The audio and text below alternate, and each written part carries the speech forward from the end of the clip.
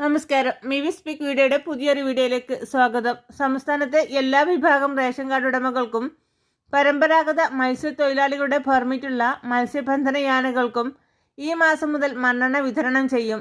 കേന്ദ്ര സർക്കാർ അനുവദിച്ച വിഹിതത്തിൽ നിന്നാണ് മണ്ണെണ്ണ വിതരണം ചെയ്യുന്നത്. 5676 കിലോ ലിറ്റർ മണ്ണെണ്ണയാണ് കേന്ദ്ര സർക്കാർ അനുവദിച്ചത്. ഇതിൽ 5088 കിലോ ലിറ്റർ മണ്ണെണ്ണ റേഷൻ കടകൾ വഴിയും ബാക്കിയുള്ളവ വിഹിതം ജൂൺ മാസത്തിൽ മത്സ്യബന്ധന ബോട്ടുകൾക്കും നൽകും.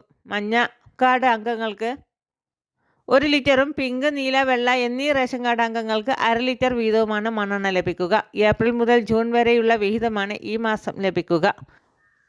വൈദ്യുതീകരിക്കാത്ത വീടുകൾക്ക് 6 ലിറ്റർ മണ്ണെണ്ണ ലഭിക്കും. സംസ്ഥാനത്ത് മഞ്ഞ, നീല കാർഡ് ഉടമകൾക്ക് 1 വർഷമായും മറ്റ് കാർഡ് ഉടമകൾക്ക് 2 വർഷത്തിലേറെയുമായി മണ്ണെണ്ണ വിതരണം ചെയ്തിരുന്നില്ല.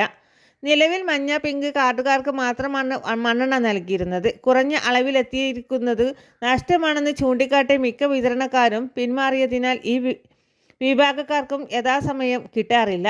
നിലവിൽ ഒരു ക്വാർട്ടറിൽ, അതായത് 3 മാസം അനുവദിക്കുന്നത് 750 കിലോ ലിറ്ററാണ്.